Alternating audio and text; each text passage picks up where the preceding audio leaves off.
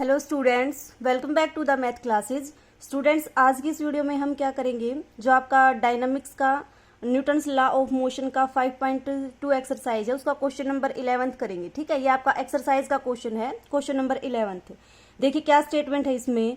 A small balloon of mass 10 lbs at a height of 100 feet above the ground is moving upward with a velocity of 60 feet per second and an acceleration is this। मतलब क्या है आपके पास, मान लो ये आपका ground है। ठीक है, इस ग्राउंड से 100 फीट की ऊंचाई पे, 100 फीट हाइट पे क्या है आपके पास, एक बलून है और वो अपवर्ड डायरेक्शन में क्या कर रहा है, मूव कर रहा है। ठीक है, इसका वेट कितना है आपका, इसका मास 10 lbs। 10 lbs इसका क्या है, मास। और ये जो डिस्टेंस दे रखा है वो कितना दे रखा है, 100 फीट। और ये किस वेलोसिटी से मूव कर रहा है आपका, 60 फीट पर सेकंड से। और एक्सेलरेशन कितना है इसका, 4 फीट पर सेकंड स्क्वायर। ठीक है, when A mass of 1 lbs is detached, मतलब क्या है कि 1 lbs मास इसमें से अगर हम हटा दें तो find the new acceleration of the balloon assuming that upward force acting upon it remain unaltered. मतलब क्या है आपके पास, एक जो 10 lbs मास का बलून है आपका, वो अपवर्ड डायरेक्शन में मूव कर रहा था। ठीक है, आपने क्या किया, 1 lbs मास उसमें से डिटेक्ट कर दिया, मतलब उसमें से हटा दिया। तो आपको ये बताना है कि वो फर्दर अपवर्ड डायरेक्शन में किस एक्सेलरेशन से मूव करेगा, एक तो ये बताना है आपको।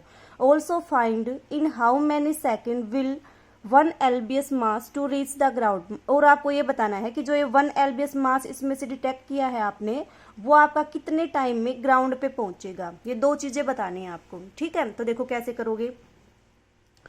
जो आपने एक चीज नोटिस की होगी, इसमें जो सारा आपके पास यूनिट्स गिवन है, जैसे डिस्टेंस किसमें गिवन है, फीट में, मास किसमें गिवन है, lbs में। तो आपका जो ये सिस्टम है वो किसमें है, आपका fps सिस्टम में है। एक चीज हमेशा याद रखो, fps सिस्टम में जो आपके पास मास होता है, मास तो होता है आपका या तो पाउंड्स में या किस में होता है, lbs में।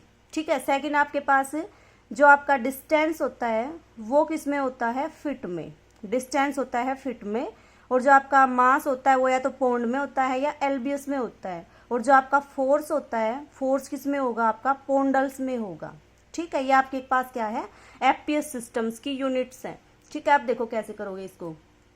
सबसे पहले आपने क्या देखा, जो 100 lbs मास का वेट बलून था वो अपवर्ड डायरेक्शन में 60 मीटर पर सेकंड, मीटर नहीं फीट दे रखा है, 60 फीट पर सेकंड की वेलोसिटी से और 4 फीट पर सेकंड स्क्वायर एक्सेलरेशन से मूव कर रहा था अपवर्ड डायरेक्शन में। ठीक है, तो आपने मान लिया कि जो आपके पास अपवर्ड डायरेक्शन में जो इस बलून का जो एयर का जो फोर्स है वो कितना है आपका, आर आपने क्या मान लिया, आर आपने मान लिया, जो भी इसकी रिएक्शन है वो मान लिया। और आर fps सिस्टम में है तो आपके पास क्या आ जाएगा, पोंडल्स आएगा, आर पोंडल्स। मास कितना है इसका, 10 lbs। तो इसके ऊपर जो mg लगेगा डाउनवर्ड डायरेक्शन में, डाउनवर्ड डायरेक्शन में क्या लगेगा आपके पास, mg फोर्स लगेगा। अपवर्ड डायरेक्शन में क्या लगेगी, इसके ऊपर रिएक्शन लगेगी। आर आपने मान ली पोंडल्स रिएक्शन, और mg आपने क्या मान लिया, ग्रेविटी के कारण जो इसके ऊपर फोर्स लगेगा डाउनवर्ड डायरेक्शन में वो फोर्स मान लिया। अब देखो, ग्रेविटेशन के कारण डाउनवर्ड डायरेक्शन में फोर्स लगेगा, एयर की वजह से इसका ऊपर की तरफ फोर्स लगेगा, उसको आपने मान रखा है आर। लेकिन चूंकि मोशन आपकी अपवर्ड डायरेक्शन में है तो इसका मतलब आर ज्यादा है, mg कम है, क्योंकि जो फोर्स ज्यादा होगा उसी डायरेक्शन में आपका पार्टिकल क्या करेगा, मूव करेगा। तो इसका मतलब आर आपका ज्यादा है, mg आपका क्या है, कम। तो आपके पास जो इक्वेशन ऑफ मोशन बनेगी, इक्वेशन ऑफ मोशन क्या बनेगी, आर ज्यादा है तो R minus M G is equal to mass into acceleration. Acceleration क्या है, जिस एक्सेलरेशन से आपका पार्टिकल की मोशन है अपवर्ड डायरेक्शन में वो इसका है एक्सेलरेशन। तो यहाँ से आप देखो आर माइनस एम कितना है आपके पास, 10 lbs। ठीक है, अब दूसरी चीज देखो, जो आपके पास जी होता है, जी की वैल्यू fps सिस्टम में कितनी होती है, 32 फीट पर सेकंड स्क्वायर होती है इसकी वैल्यू। ठीक है, तो 10 into 32 this is equal to 10 into acceleration कितना गिवन है आपको, एक्सेलरेशन तो आपका 4 है, एक्सेलरेशन आपको दे रखा है 4 फीट पर सेकंड स्क्वायर। तो यहाँ से देखो आपके पास क्या आ जाएगा, अपवर्ड फोर्स आ जाएगा। कितना आएगा आपके पास, आर इज इक्वल टू, ये आपके पास कितना आएगा, 10 इंटू 4, 10 इंटू 4 यानी कि 40, प्लस ये कितना आ जाएगा आपके पास 320, and this is equal to 360 poundals. ये आपके पास क्या आ गया, अपवर्ड फोर्स आ गया। जिस फोर्स से आपका जो बलून है वो अपवर्ड डायरेक्शन में मूव कर रहा है, आपका वो फोर्स आ गया 360 पोंडल्स। अब देखो उसके बाद when A mass of 1 lbs is detected, आपने क्या कर दिया, 1 lbs मास को हटा दिया उसमें से, तो आपको न्यू एक्सेलरेशन फाइंड आउट करना है, जबकि अपवर्ड फोर्स जो इसके ऊपर लग रहा था वो आपका क्या है, सेम। तो अब देखो सेकंड केस में आपके पास क्या बन गया, सेकंड केस में जब आपने 1 lbs मास को डिटेक्ट कर दिया, when 1 lbs mass is detected, then क्या होगा आपके पास, पहले आपका मास कितना था 10 lbs, 1 lbs को आपने डिटेक्ट कर दिया तो नया मास क्या बन गया आपके पास, 9 lbs आपका क्या बन गया, मास बन गया। अपवर्ड फोर्स आपका सेम है, तो मतलब आर क्या है आपके पास 360। आपको क्या फाइंड आउट करना है, न्यू एक्सेलरेशन। लेकिन देखो जब आपने इस मास को इसमें से हटाया है तब भी आपका पार्टिकल अपवर्ड डायरेक्शन में ही है आपका, ठीक है। तो इसका मतलब आर ज्यादा है mg के कंपैरिजन में। आर जब आपके पास mg के कंपैरिजन में ज्यादा होता है तो आपके पास इक्वेशन ऑफ मोशन क्या होती है, आर माइनस mg, मीन्स जो भी फोर्स ज्यादा होगा वही आपका क्या होगा, सबसे पहले लिखोगे आप।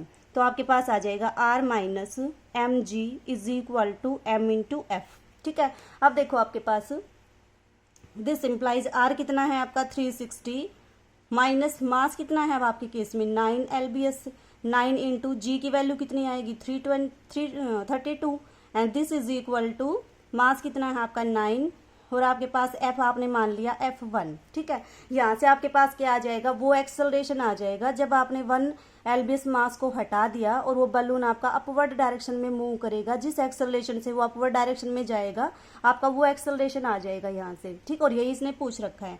तो आपके पास F1 की वैल्यू क्या आएगी, यहाँ से F1 is equal to 360 minus ये कितना आएगा 828 और 9 इसका डिवाइड हो जाएगा, दिस इज इक्वल टू, इसको सब्ट्रैक्ट करोगे तो कितना आएगा 72 upon 9, this is equal to 8। 8 क्या आया है आपका फीट पर सेकेंड स्क्वायर, क्योंकि आपके पास जो भी सिस्टम है वो कैसा है, एफपीएस सिस्टम है। तो एफपीएस सिस्टम में आपकी एक्सेलरेशन की वैल्यू क्या होती है, फीट पर सेकेंड स्क्वायर। तो ये तो हमने निकाल दिया कि जो आपका बलून है वो नए एक्सेलरेशन से किससे मूव करेगा, आपका न्यू एक्सेलरेशन से जो मूव करेगा, आपने वो एक्सेलरेशन निकाल दिया 8 फीट पर सेकंड स्क्वायर, ठीक है। पहले एक्सेलरेशन कितना था 4, जब 1 lbs मास को इसमें से डिटेक्ट कर दिया तो आपका जो न्यू एक्सेलरेशन है वो कितना बन गया 8 फीट पर सेकंड स्क्वायर। अब आपको क्या फाइंड आउट करना है कि जो मास आपने इसमें से हटाया है वो मास आपका ग्राउंड पर पहुंचने में कितना टाइम लेगा, आपको ये फाइंड आउट करना है। तो देखो कैसे करोगे, आपको क्या निकालना है, टाइम निकालना है, ठीक है। पार्टिकल पहले क्या था, ग्राउंड से 100 फीट की ऊंचाई पे था, तो ये इसके पास क्या है, ये डिस्प्लेसमेंट है, इतना डिस्प्लेस होगा आपका पार्टिकल।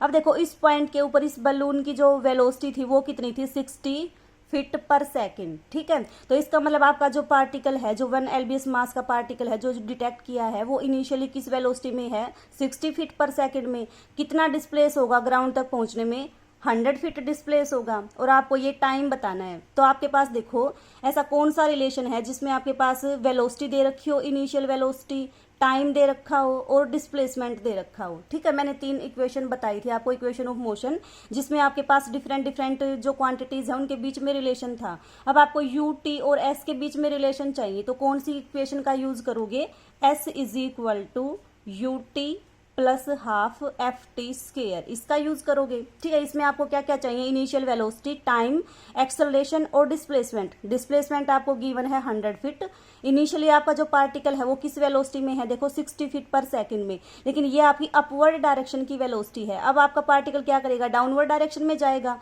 तो इस 60 को आप क्या लोगे, नेगेटिव लोगे, क्योंकि वेलोसिटी आपके पास क्या है, एक वेक्टर क्वांटिटी है, ठीक है। वेक्टर क्वांटिटी है तो पहले तो अपवर्ड डायरेक्शन में अगर पॉजिटिव लोगे वेलोसिटी को, तो डाउनवर्ड डायरेक्शन में क्या लोगे, इसको नेगेटिव लोगे, तो आपकी वेलोसिटी कितनी हो जाएगी -60 फीट पर सेकंड।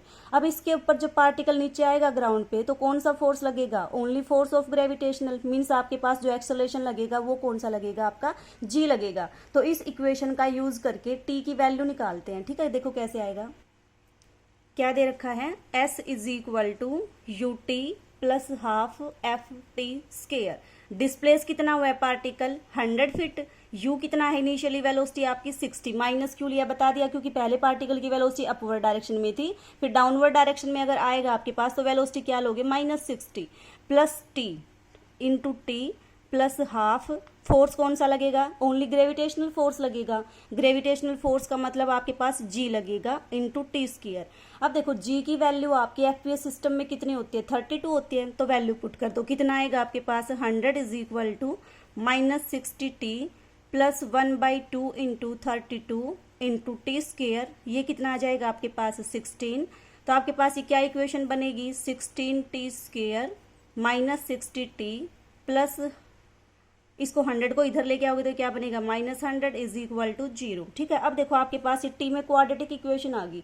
इस इक्वेशन को सोल्व करके आपके पास क्या आ जाएगी, टी की वैल्यू आ जाएगी। टी का मतलब जितने टाइम में आपका जो पार्टिकल है ग्राउंड पे पहुंचेगा वो टाइम आ जाएगा यहाँ से। ठीक है, तो देखो कैसे करोगे इसको, 4 आपका क्या आ जाएगा, कॉमन आ जाएगा इसमें से, तो क्या बनेगा 4t square -15t -25 is equal to 0। ठीक है, यहाँ से आपको क्या निकालनी है, टी की वैल्यू निकालनी है। कैसे निकालोगे, देखो प्रोडक्ट तो कितना आना चाहिए 100, दोनों का डिफरेंस कितना आना चाहिए 25, और विद नेगेटिव साइन यहाँ पे है, तो आप कौन से फैक्टर लोगे, 4t square -20t plus 5t -25 is equal to 0। दोनों का डिफरेंस कितना है आपका 15, और आपके पास दोनों का प्रोडक्ट कितना है 100, तो कितना आएगा आपके पास, यहाँ पे देखो t को कॉमन ले दो और किसको कॉमन ले दो, यहाँ से 4 को कॉमन ले दो, तो कितना बचेगा आपके पास t -5 प्लस ये कितना आएगा आपके पास है, इसमें से क्या कॉमन लोगे, 5 कॉमन ले दो, कितना आएगा आपका t माइनस कितना आएगा आपका 5, दिस इज इक्वल टू 0। अब देखो ये क्या बनेगा आपका t -5 into 4t plus 5 is equal to 0। यहाँ से देखो t की वैल्यू क्या आएगी, एक तो 5 आएगी और एक क्या आएगी -5/4। टाइम नेगेटिव हो नहीं सकता, तो इसका मतलब t कितना आ जाएगा आपका 5 का मतलब 5 सेकेंड। तो क्या हुआ यहाँ से 5 सेकेंड आपका वो टाइम है जब आपका पार्टिकल इस बलून में से 1 LBS का डिटेक्ट किया, तो वो पार्टिकल आपका कब पहुंचेगा ग्राउंड पर। ग्राउंड पर कितने टाइम में पहुंचेगा, वो आपका 5 सेकेंड में पहुंचेगा। ठीक है, तो ये था आपका क्वेश्चन नंबर 11। आई होप आपको क्लियर हो गया होगा, फिर भी कोई डाउट है तो आप पूछ सकते हो। ठीक है।